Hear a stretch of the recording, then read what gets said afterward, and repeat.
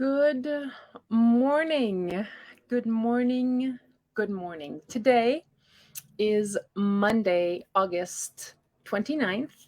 We are live doing our weekly Q&A, sacred circle of connection to explore different topics in relationship to all things mind body alignment.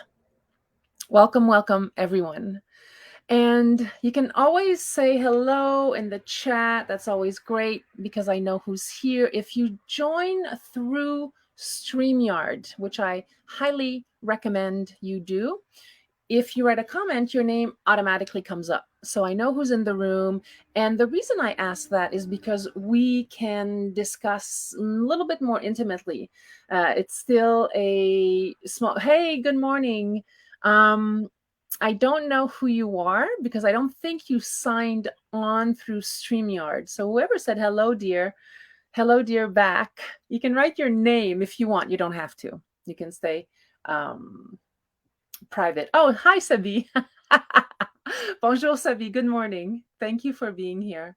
So if you join through StreamYard, what will happen is that as you write a comment, your name will appear in my list of comments. Hey, Rachel, good morning. How awesome to have you here.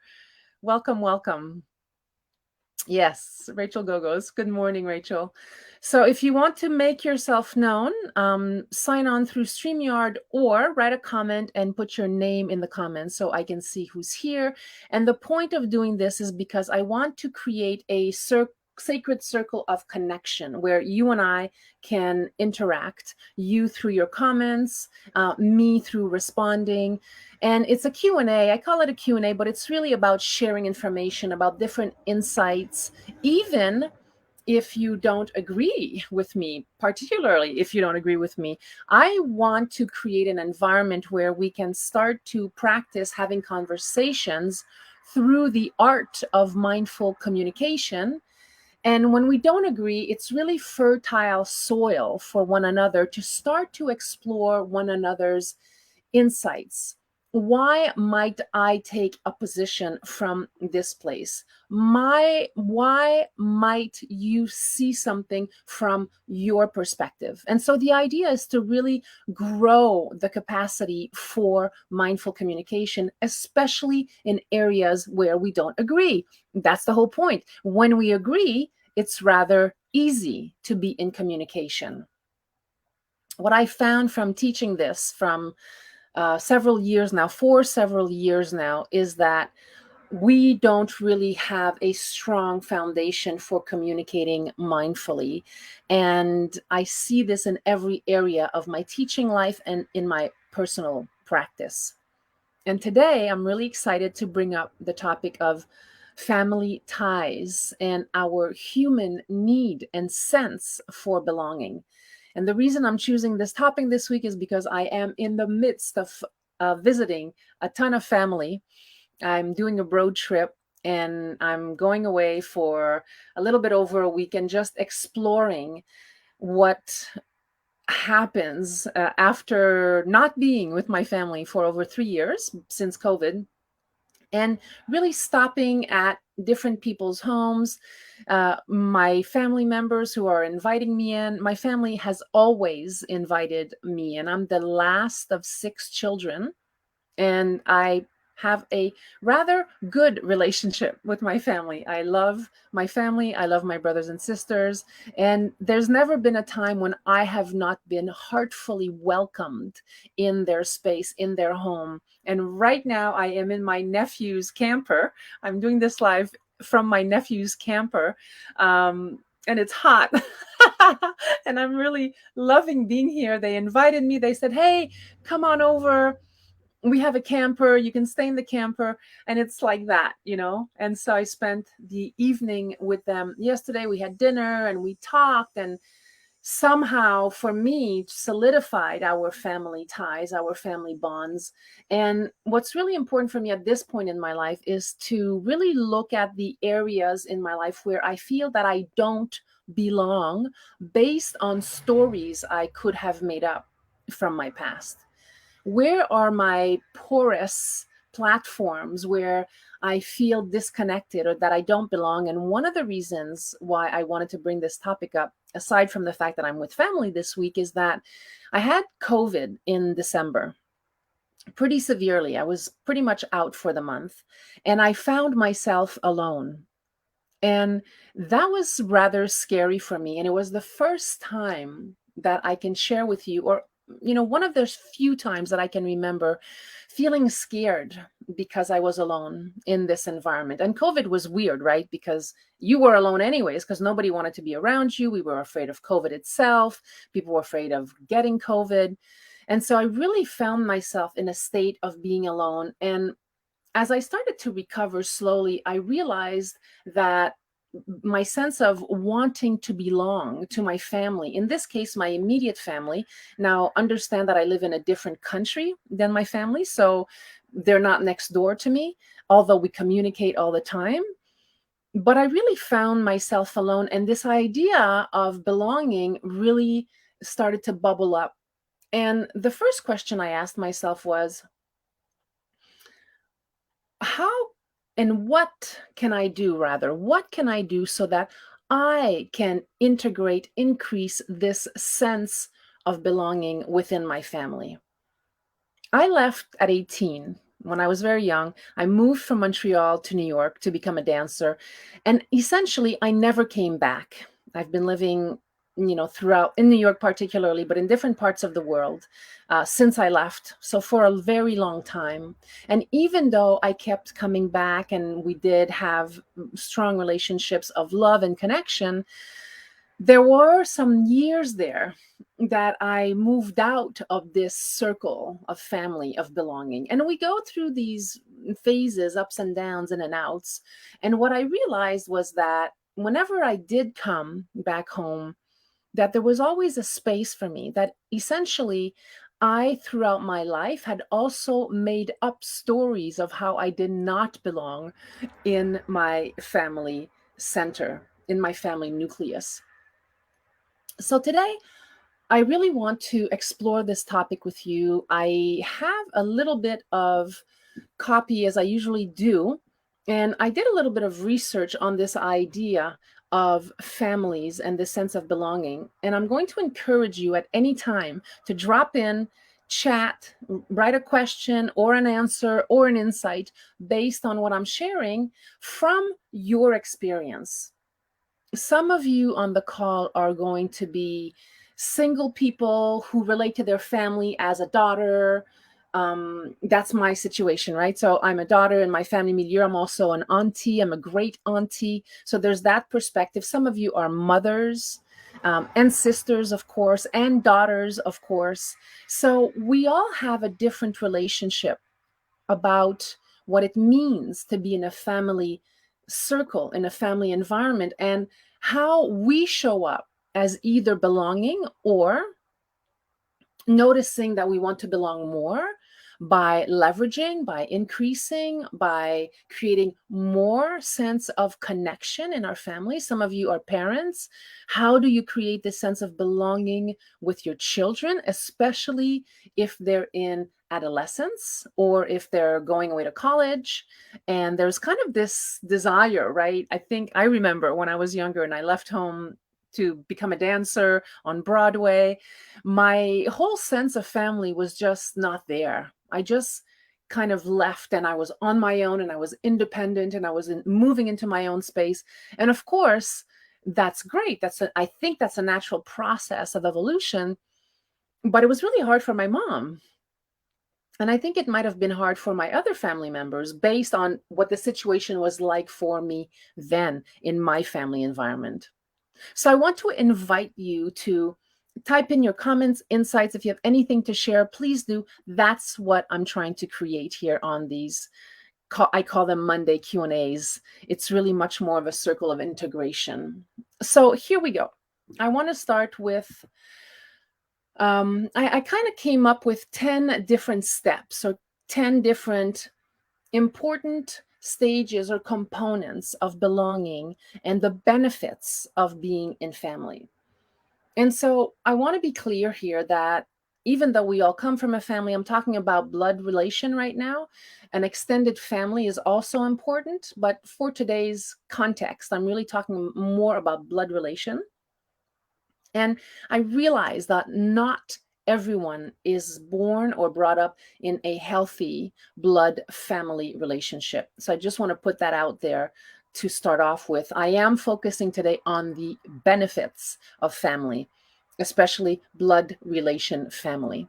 And so through my research, I came up with these 10 components of the importance of family bonds, of how we do that, and the importance of how we evolve into a sense of belonging. And the reason why I wanted to bring this up is because essentially that sense of belonging reverberates throughout your entire life. So these are 10 kind of models that I'm bringing to the conversation with the hope that you will interact with me.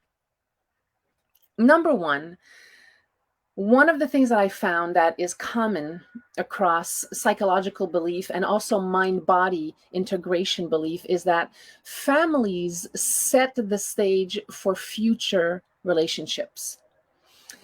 The very first relationships a child has is with their parents and siblings. Whether healthy or not, these relationships provide a model for what future relationships will look like. It's often not a conscious decision, but for better or worse, people often choose partners and friends based on how similar they are to their family. Family dynamics repeat themselves and reinforce beliefs about relationships and self. So I can share from my experience that I most definitely sought out partners in my life that gave me that same sense of security or not from my relationship with my parents. And essentially, why I think that happens, well, actually, it's not why I think, it's actually proven scientifically that based on how we're raised, the environment in which we are raised, as tiny little beings, even in embryological development, and as we grow, the studies show between embryological development and about the age of 6 or 7, these are our formative years. So, what you see around you at those times that you are being formed as a tiny little human being, you see and you integrate as truth that this is the way things are without going through the mental gymnastics because you're too small. You can't have that sense of an analytical mind yet. It's all porous, it's all in your mind, your physical felt sense. So if you tend to see your parents hold hands or kiss or cuddle, you will tend to be someone who develops a relationship with touch and cuddling. For you as a tiny little being, that becomes a source, an example, a proof even of love. The opposite is also true. As a tiny little being, if you see no physical contact between your parents, if you see no word or hear no words of affection or an energy of tenderness in your immediate family, you will tend to grow up believing that that is the truth and a representation of love. So when we grow up as adults, our tendency, and this is unconscious for the most part, will tend to look for people, for partners in in our life that demonstrate that kind of behavior from which we come from. So for me, growing up, there was definitely humor and happiness in my upbringing environment, not a lot of touching. Not a lot of touching. I don't remember my parents hugging a whole lot growing up. So when I look back at my life, now that I'm an adult, and the partnerships that I found myself in, I notice, wow, okay, that was not a natural thing that occurred for me. Rather, it was something that I developed over time. I developed that I do like to touch and be held and intimacy in, the snuggling in the couch. And the interesting thing about that, however, is that I never fully felt comfortable touching my siblings growing up. So when we see each other, we'll tend to kiss each other on either side of the cheek, right? The French way, say, hey, good. Not a lot of hugging. I developed a relationship to hugging in my adult life, but I didn't have that growing up. So I find that these are really important things to expand upon and to look. If you're a mother or you're in family environments, go back to when you were tiny and what did you see around you? For us, it was also around table, food, celebration was a source of love, was a sort of attention.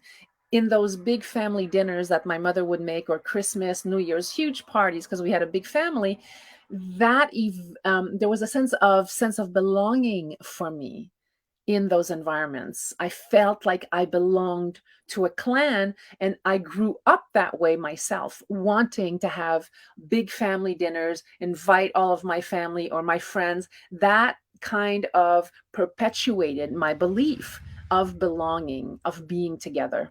And I know that's true for many people in many cultures. Food, the kitchen, a long table with a lot of people sitting around, and a lot of time in my culture, we tend to speak loudly, so people are very vivacious and ebullient, so there's a lot of loud talking and laughing.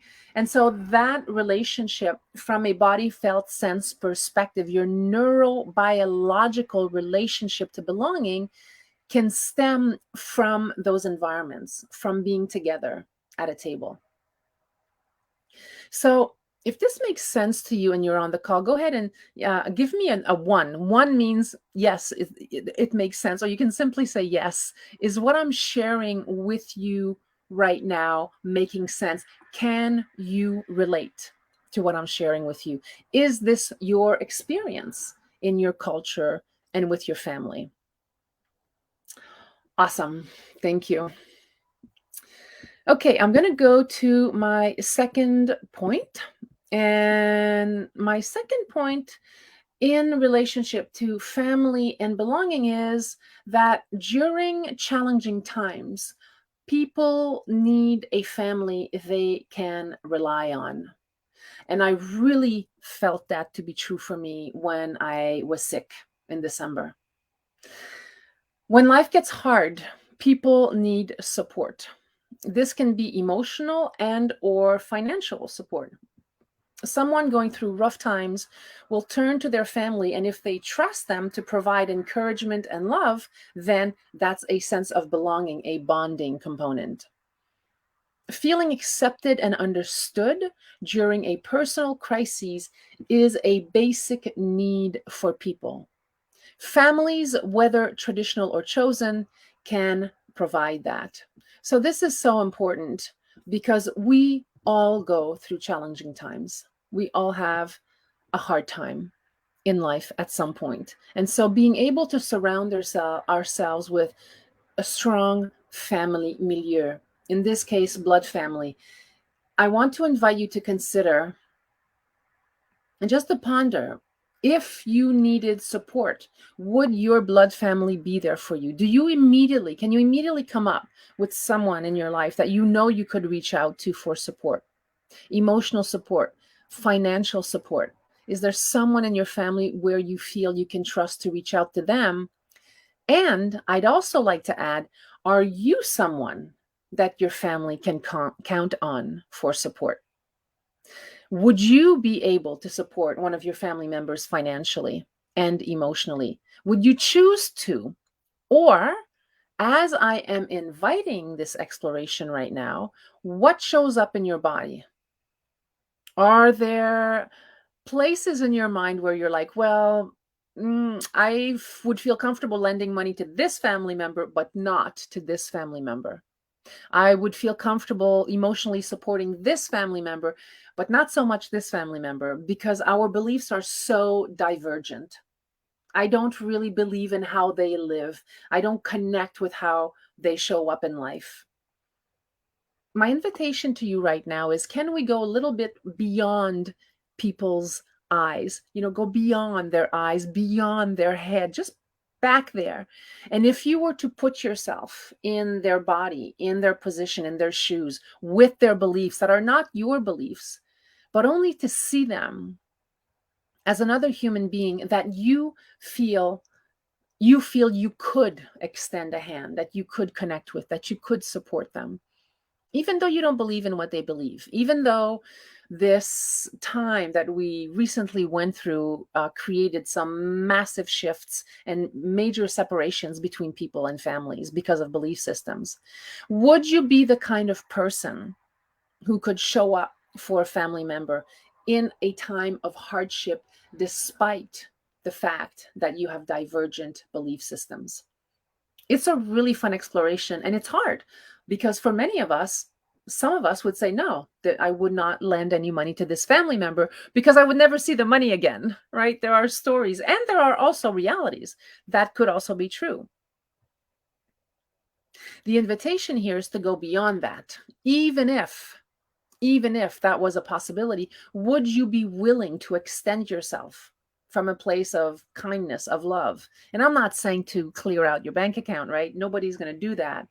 And yet to explore that with a little bit more of an open heart perspective, even if we don't agree.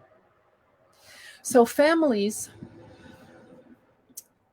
can really help us during challenging times. Families can also be an essential source of affection and encouragement.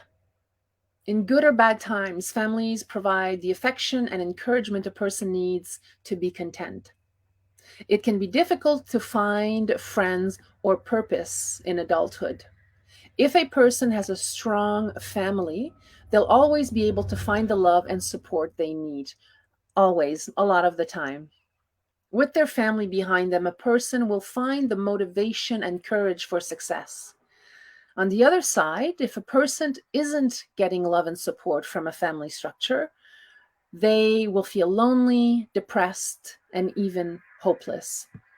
So, this idea that families are an essential source for affection and encouragement, to really take a moment again and explore, where does your family show up as support and affection for you? And again, we're going to shift and go vice versa. Where might you find support and affection for your family?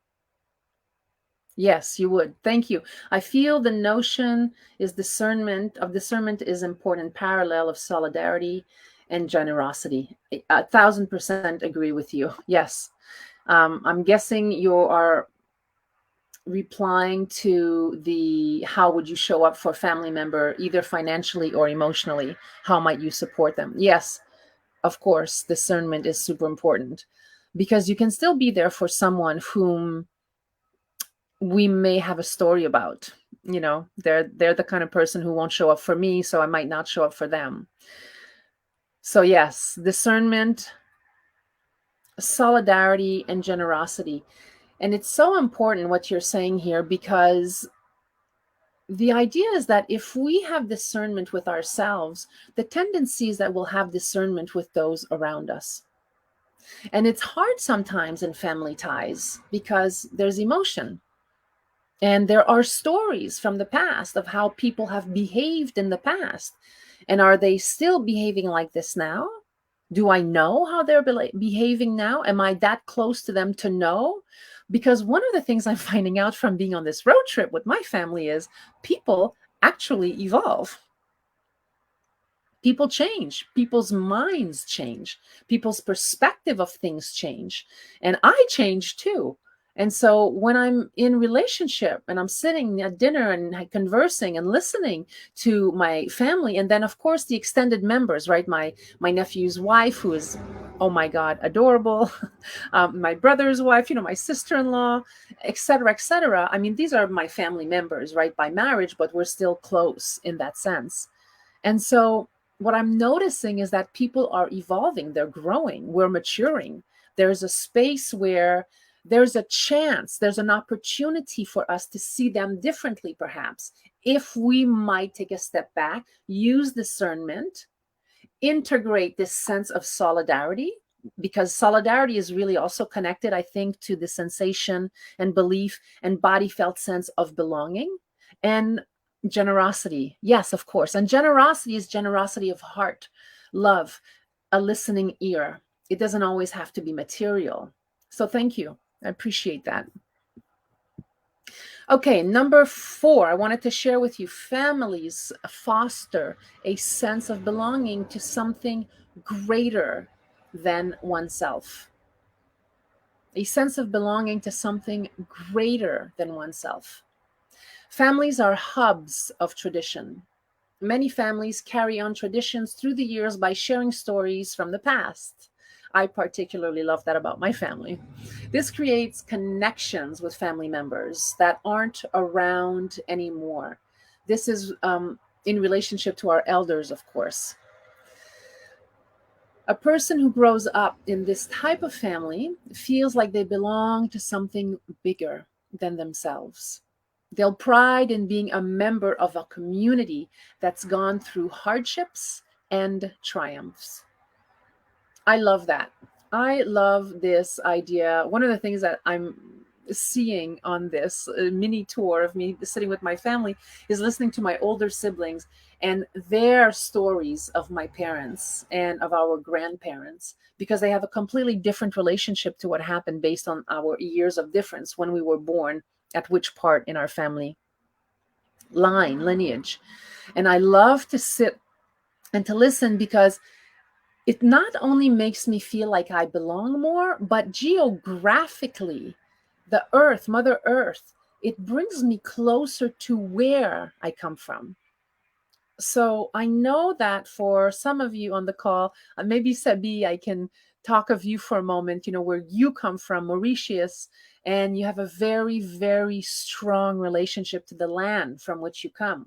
I think I could say the same maybe of you, Rachel, your really strong connection to your Greek culture and what it's like when you go back to the land from whence you came, whether you were born there or not. There are still deep family roots and stories. And I find that so important, because now that I'm a great aunt, I'm an auntie, but I'm also a great aunt. And I'll speak with my nephews and nieces and I'll share my perspective of my family, my siblings, how growth, evolution, change, movement has occurred. And they'll be like, oh, wow, that's not the story I've heard before from this family member. So, this idea of weaving, the importance of weaving stories from our past, can also make us feel very solid and loved and integrated and part of our community, but just not our immediate family from a larger perspective. So I belong to the French Quebecois culture. I left young and I was brought up in a few different cultures. So it took me a little while, and it's taking me still some time to really connect to this culture.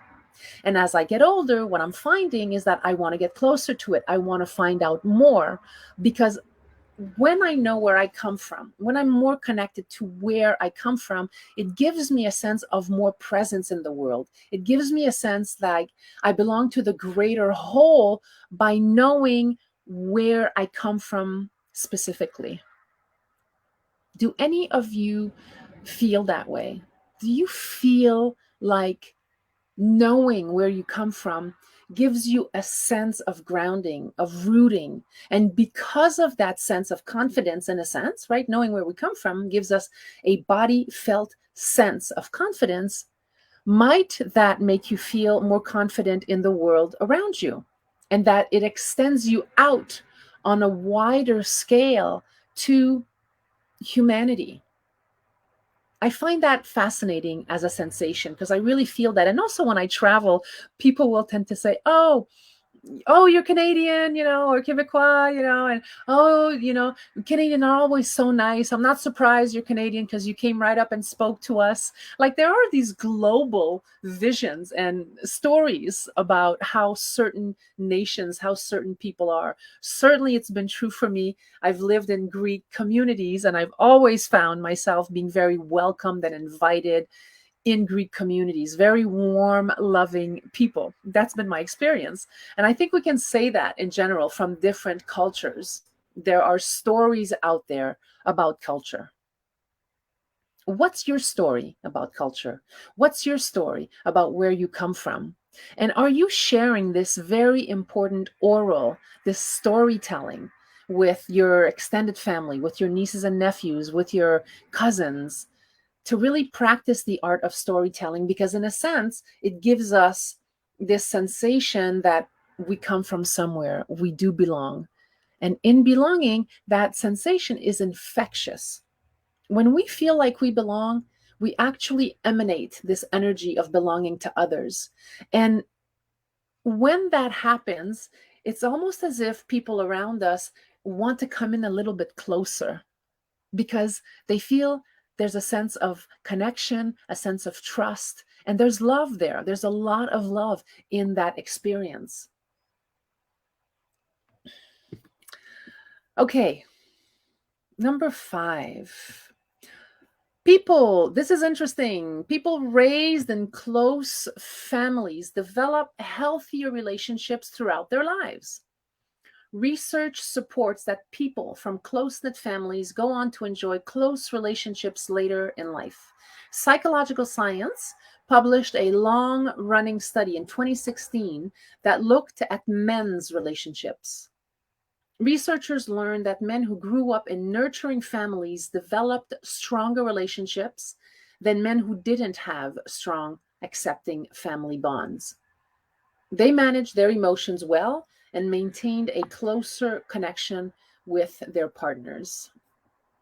I want to talk about one of our creative leadership coaches who graduated in 2021 with us. His name is Guillermo Blinker. And Guillermo took what he had learned from the program that I taught for that year and that we were all part of as co-creators. And he went into his circle and created this circle called Gathering of Men. And it's him and others. I don't think it's just him, but it's him and others. And these are all men. And he created this safe space called Gathering of Men, where men could come together and sit in circle with one another and share stories about their joys and their sadness, their tribulations. And I just thought that was amazing, because one thing I notice in my work as a coach and practitioner is that there aren't that many circles of men. American culture does not necessarily invite that type of circle for men. I think it's more common with women. But for men, there's a sense of, I got to do it on my own. I'm a man. There's kind of this individualistic identification to being a strong man, to doing things on your own. And I have found it so healthy from learning from Guillermo and his Gathering of Men circle, how important it is for men to sit together, to strengthen one another, to share stories, because it's not something that's usually strongly encouraged, I would say, probably in most environments.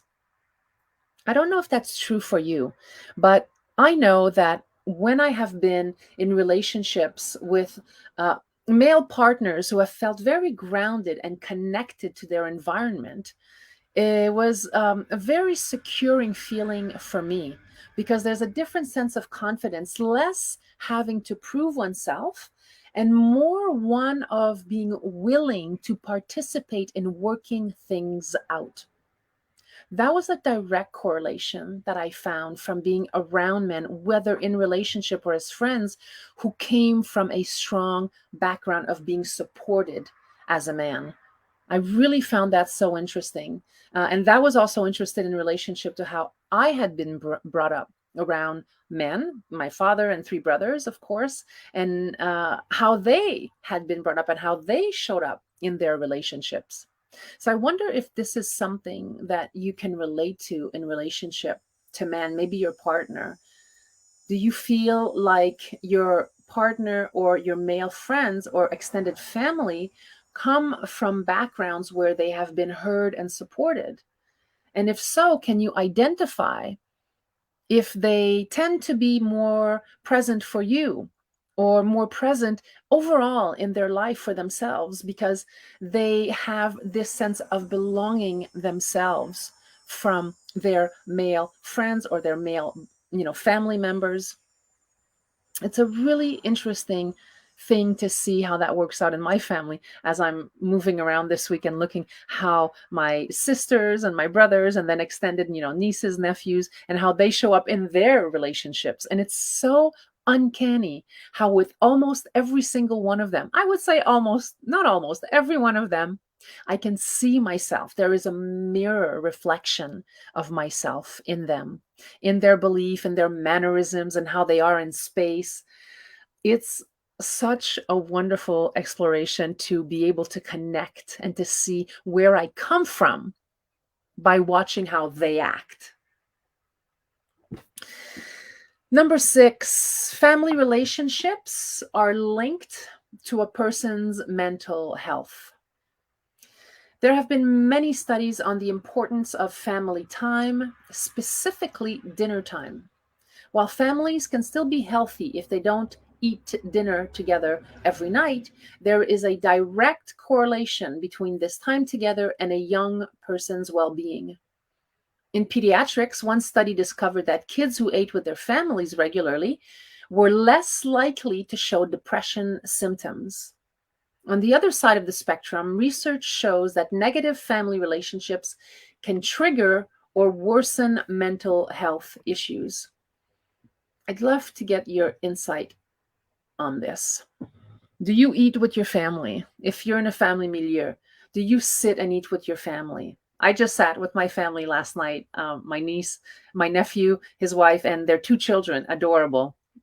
5 years old and 2.5-year-old, right? I mean, eating dinner is a big term because at 5 and 2.5, you sit for a moment, you play a little bit with your food, you take a bite, and off you go. And I love that.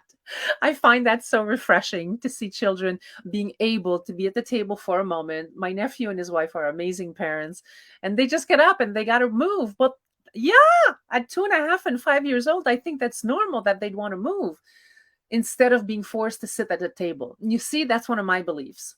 I believe that young children, even though they're being instilled with the education and the respect of coming to the table and sitting at first, I mean, after they've been there for 15 minutes, that's a long time. I think children should get up and move.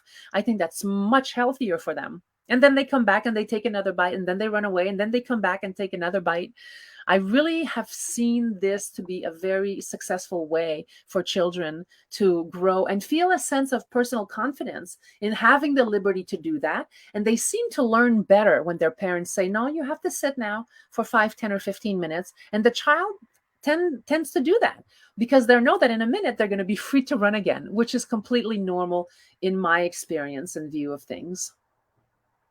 Yes, we eat together most nights, with the exception of any sport practices. I love family dinner. Yeah, I bet you do. I sometimes eat with my family, still not always. When we have guests, we take more time to sit together, and it's nice to do so. Yeah, I think so too. I love to sit and be with family because also the guests, right? So sitting with my family last night, and then the nights before that with my sister and my other niece and so forth, we get to share stories, and it gives us a chance to get to see where we're at. And it's the same thing, I'm guessing, with your family, Rachel. When you're sitting at the table with your family, you hear stories or your children's experiences from that day, or your husband or significant other's experiences from that day. And so it gives us a sense of connection, of belonging. And it's not always great. I think sometimes dinner can be a little bit charged, and we're not always amazing at having family dinner. But there's also a space there where I find just the action of coming to the table, of having the expectation to gather, even though it can be hard for children, especially, probably in the teen years where they have lots of stuff to do and they have to run away. I find that instilling this sense of family time really creates a much more grounded adult. It's been my experience through my practice with clients. No, it's not always great. Exactly. Yeah, sometimes there are huge eruptions, right? At the dinner table. People fight or disagree. That's funny. Yeah, I've had that experience as well. Thanks for sharing that. Okay, here we go. Number 7, quality time with family is linked to better academic performance. Quality time with family is linked to better academic performance. The National Center on Addiction and Substance Abuse at Columbia University in New York City conducted a series of studies on family dinner time. One study showed that kids who eat dinner with their family less than 3 times were twice as likely to get C's or below in school. On the other hand, kids who had family dinners 5 to 7 times a week did much, much better. Of course, there are other factors at play, but families that value dinners together likely value other positive family interactions. I would say here that this quality time with family being linked to better academic performance is related to trust. I think that trust is a big factor here. I remember that during COVID times when we couldn't go out much, we used to have dinner and play games after. I enjoyed it much. Yeah, thank you for sharing that. Yeah, I COVID was such a great time to do that. I also had many of my clients tell me that during COVID they actually instilled new practices of sitting together during family time, and that a lot of my friends or people who were not close to their family started to play online games together. So there were these exchanges of Scrabble and other types of games that people play together on Zoom. And so, speaking of that type of family connection or a sense of belonging, COVID also offered us a great opportunity to expand in that perspective, that we can sit together a little bit longer, that we might enjoy playing games as you're sharing, Rachel. I think that's you, Rachel. That's right. That's writing this. So yeah, super important. And then of course, academic performance, because what happens when we get in trouble, when there is a practice of sitting at dinner with family, when there is a practice of doing things together as a family, when someone moves out, when someone moves away, when someone has a problem, the tendency is that they're going to come back to the family table for help. They're not going to go outside of themselves because they already have a strong rooting system from within the family. So even though a lot of the times when I work with parents and they're worried about their children leaving or getting into trouble or being with the wrong gangs or the wrong kids, I always remind them that based on the environment in which they were brought up, if there's time spent with the family, the tendency is that they're going to come back to the center, to the nucleus, because there's a sense of deep trust, of deeply,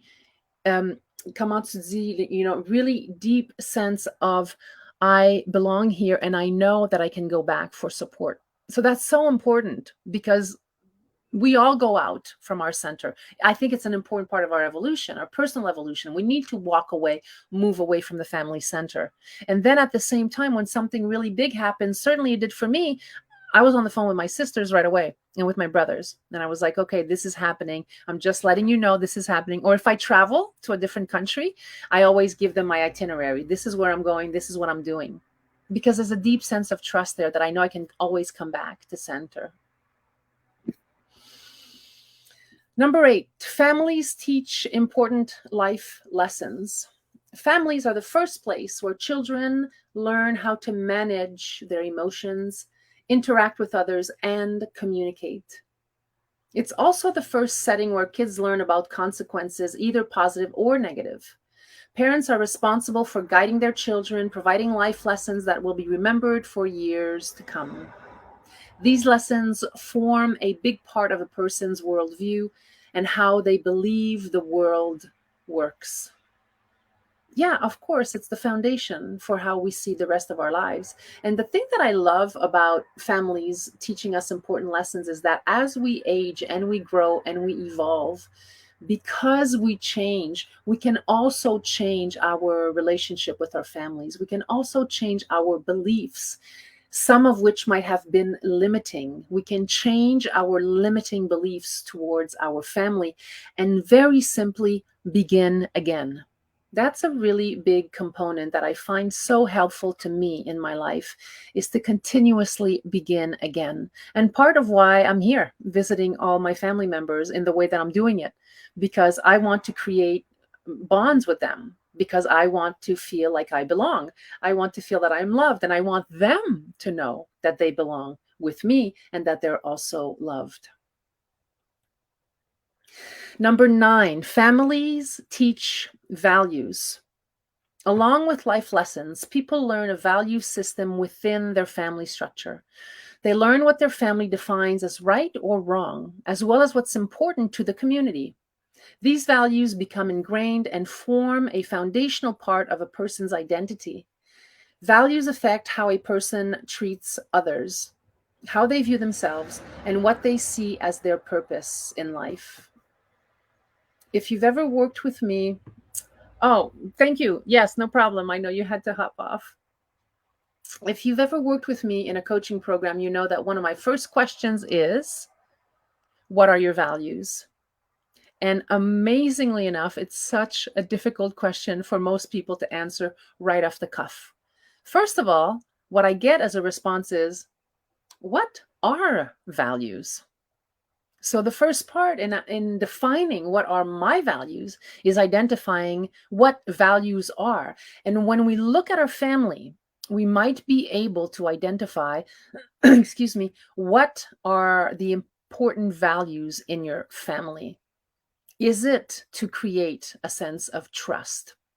Is it to be someone who is trustworthy? Are some of your family values to always speak from a place of kindness? Is part of your family values to sit at the dinner table as often as possible and to share experiences during that day, which then consists of building deeper and more foundational trust in yourself and, of course, as an extension of yourself? Values are super important, and I really encourage you to take a moment, if you can, even today after this call or whenever you watch this, take the time to write down your values. What are your values? Our values change in life. It's not always the same thing, and it's good to do a review, to check in with yourself at least a couple of times a year,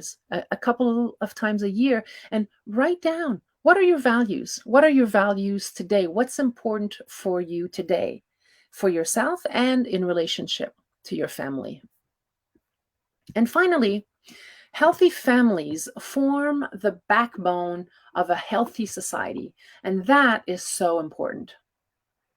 When families are strong, communities are strong. That naturally leads to a strong society. The definition of a healthy or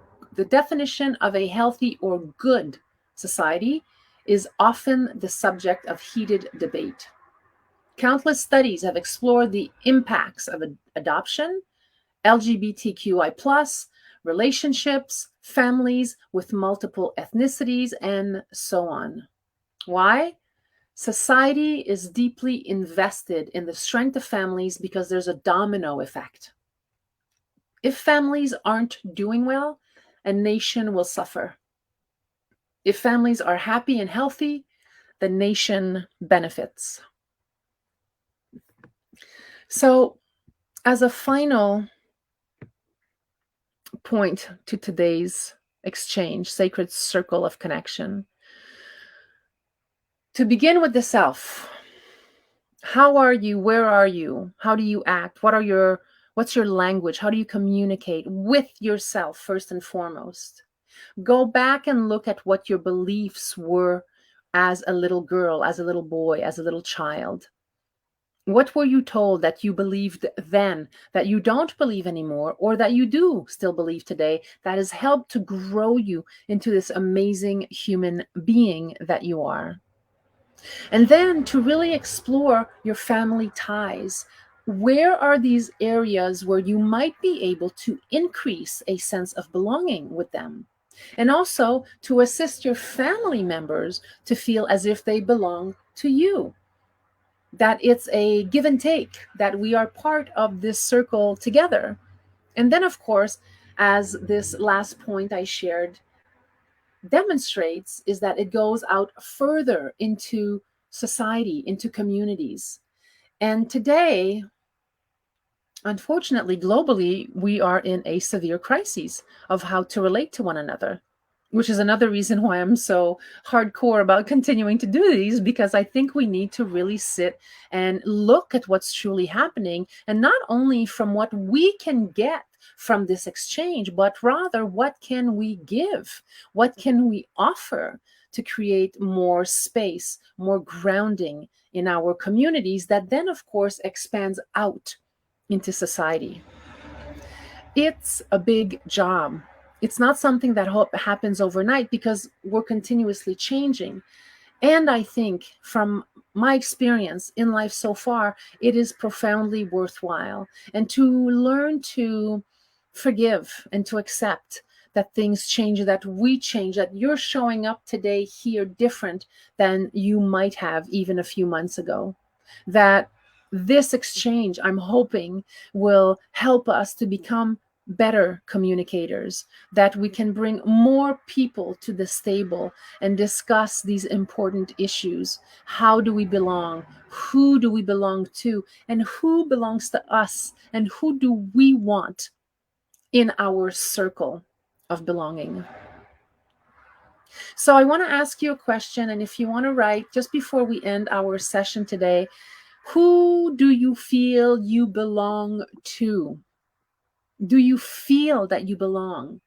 For some of you, it might be belonging. Like for me, I feel like I belong to my family, of course, but also to the environments that I participate in, my gym, my workout crew, people in different organizations and communities that I'm part of.